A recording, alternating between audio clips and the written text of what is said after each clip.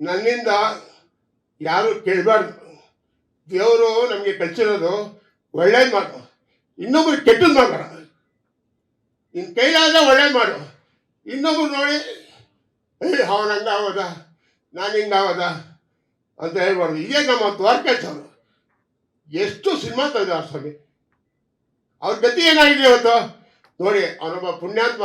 ಅವ್ರ ಮನೆ ತಗೊಂಡು ಸ್ವಾಮಿ ನೀವು ಸ್ವಂತ ಮನೆ ಮಾಡೋ ಗಂಟ ನೀವು ಮನೆ ಇದೆ ಅನ್ನೋದಕ್ಕೆ ಅವ್ನು ಪ್ಯಾನ್ ಇಂಡಿಯಾ ಆದ ಹೀರೋ. ಹಂಗಿರ್ಬೇಕು ಯಾವತ್ತು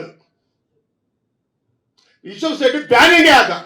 ಅದು ಹೊಟ್ಟೆವ್ರಿಗೂ ಸಾಧ್ಯ ಇದ್ರೆ ಅವರೇ ಸಾಯ್ಬೇಕು.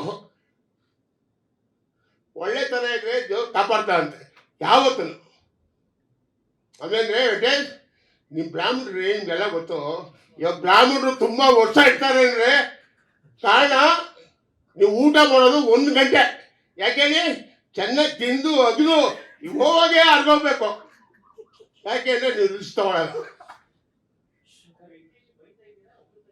ಸ್ವಾಮಿ ಅವರಪ್ಪ ಅವರು ನನಗೆ ಗುರುಗಳು.